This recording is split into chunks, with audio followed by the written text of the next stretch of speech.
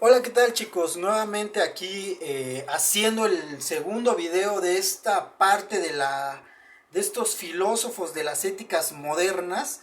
El que corresponde a este video va a ser Immanuel Kant, la ética formalista de Kant, ¿vale?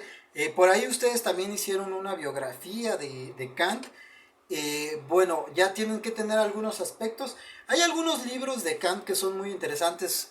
Tiene libros que son muy reconocidos, que son básicamente tres los más importantes de Kant, ¿no?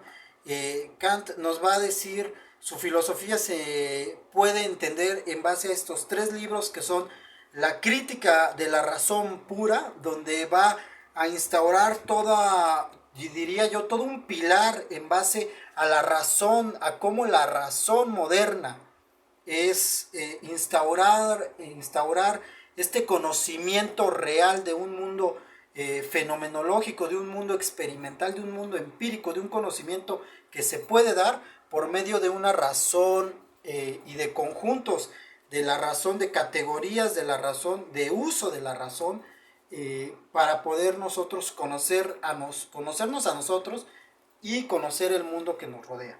Bueno, eh, otro de los libros muy importantes de Kant, que justamente aquí viene parte de esta idea de esta ética formalista, es la crítica de la razón práctica. La crítica de la razón práctica es un libro que nos va a hablar sobre cómo nosotros nos debemos de comportar, cómo debería de ser el comportamiento ético y moral de las personas desde la corriente formalista de Kant.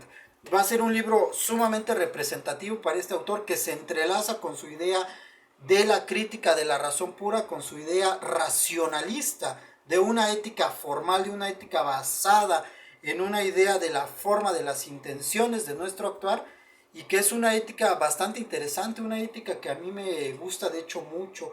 Me gusta muchísimo la postura ética de Kant, y espero que este video les pueda ayudar para aclarar un poco las dudas si es que escogen este filósofo como parte de su trabajo.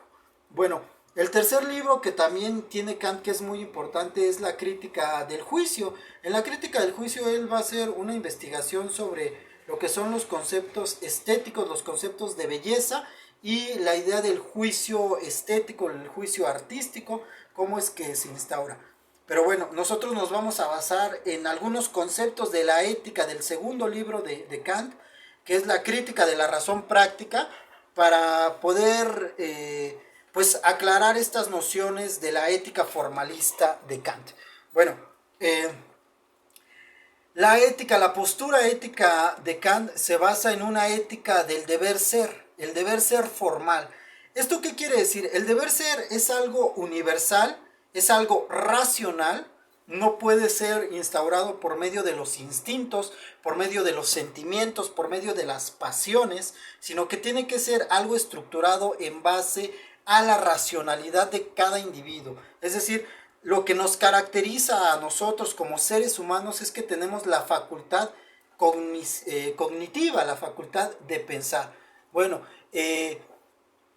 esto es una de las prácticas que nos va a decir Kant dentro de su ética. La ética debe de ser formal, debe ser universal y racional, debe ser válida para todo el mundo, para todo ente, todo agente, todo sujeto pensante. Las cosas, los objetos, esta pluma no piensa, por eso, bueno, no es importante para la ética, porque no es un sujeto pensante, no es un sujeto racional.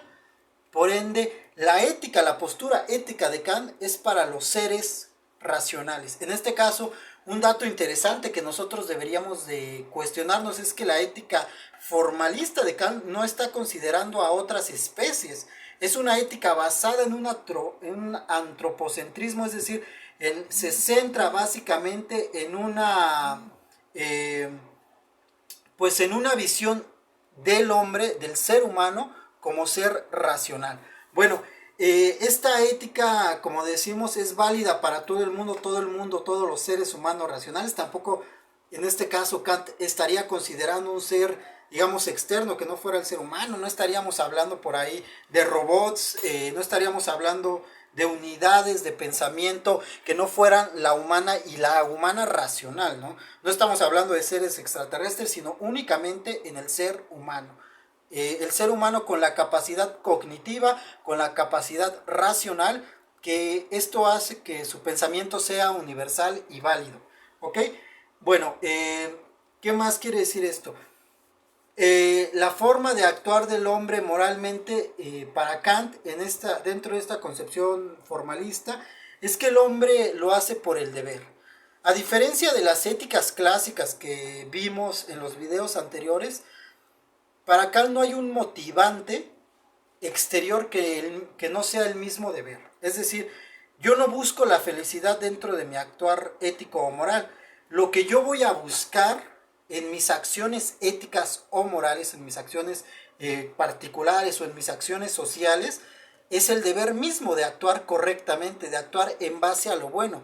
Yo no voy a actuar ni por castigo ni por recompensa. Yo no voy a actuar porque la felicidad esté detrás de mi actuar ético o moral. Yo voy a actuar porque eso es lo correcto, porque es el deber, porque así debo actuar. Eh, y esto es algo que quiero que se haga universalmente. Ahorita voy a puntualizar esta parte, ¿no? Este tipo de ética que actúa por el deber ser, por el deber mismo de actuar, por el bien mismo, y no por obtener un bien particular o un bien social, sino por el deber mismo de actuar como se debe de actuar, es una ética denominada deontológica. La deontología quiere decir que es una ética basada justamente en este deber, ¿ok? Bueno, ¿qué más? Las características principales de la ética kantiana. Bueno, yo aquí les puse 4 características que me parecen sumamente importantes para que ustedes puedan plantearse la reflexión de este ensayo crítico, reflexivo, particular con sus ideas, relacionándolas con la situación actual que estamos viviendo. Estas 4 características son las siguientes. Número 1, es una ética formal. Lo que importa en este caso para Kant es la intención de nuestros actos. Es decir, la forma en la que actuamos, no el contenido de la acción como tal, sino la intención de volver cada acción universal, no individual, no particular. La forma de esta ética, por eso es una ética formalista, quiere decir que la intención importa mucho.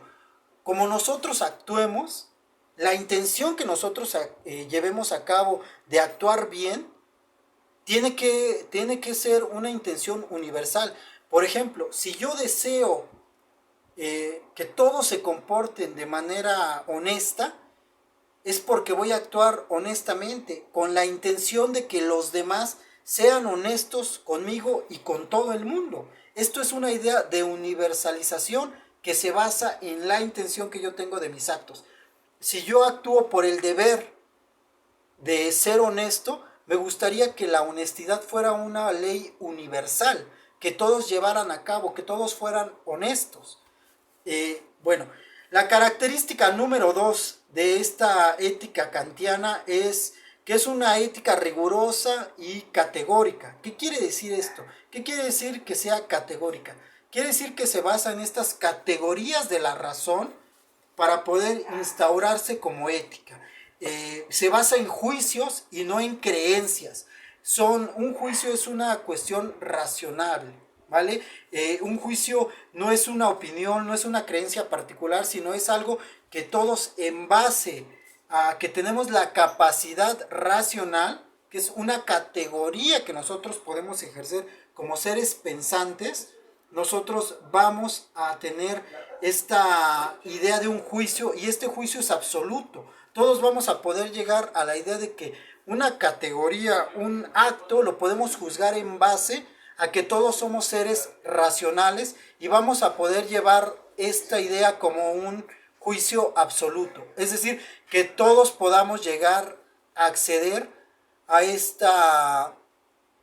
este juicio de la misma forma. Si yo digo que tal acción es una acción negativa, es una acción mala, es una acción que no se guía por la razón, por el deber de la acción misma, que categorizo esta idea como una idea negativa, una idea dañina, una idea mala, es porque todos vamos a tener la misma facultad de poder juzgar esa acción en base a esta idea, ¿vale?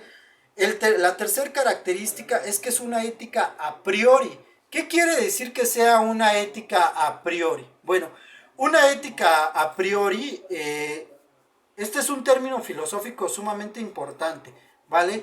La ética a priori quiere decir que, bueno, no está dentro de una experiencia. El término a priori es un término que viene del griego, que quiere decir que es algo, alguna acción o idea que está fuera de toda experiencia vivencial.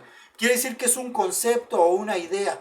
Por lo tanto, como es una ética basada en cuestiones a priori, es una ética a priorista, o sea, fuera de toda experiencia, y es una ética conceptual. Esto le da una categorización de verdad, le da una categorización de verdad, de necesariedad, o sea, es necesaria, y de universalidad. Porque si yo digo que un concepto como la suma es adherir una cosa a otra, es sumar un concepto con otro, esto me da a mí la idea de que pues es verdad, porque es un concepto, una idea que todos podemos manejar y es a priori, fuera de cualquier experiencia, ¿vale? La característica número 4 es que es una ética autónoma. Quiere decir, este es un punto muy importante, que el sujeto racional, el sujeto pensante, se va a autorregular, va a ser él mismo la ley que él mismo va a seguir. No necesita, a diferencia, por ejemplo, de Thomas Hobbes, él no va a necesitar un poder soberano, no va a necesitar una autoridad que lo regule, que lo normalice. Él va a ser con su propia capacidad pensante quien se regule, quien se instaure, quien haga su propia ley y se lleve a cabo esta ley, porque bueno, este es el deber de la ley, ¿vale? Él va a ser un ser que se autolegisla, que sigue sus propias leyes y leyes que como son universales, no necesita la idea de una autoridad, ¿vale? Porque es un ser que puede autorregularse o autolegislarse. Esta es la idea de la autonomía que se basa en la razón. Y bueno, ya para terminar, Kant tiene una idea de la ética en un sentido sumamente imperativo, es decir, en un sentido de orden, pero ¿quién nos da esta orden?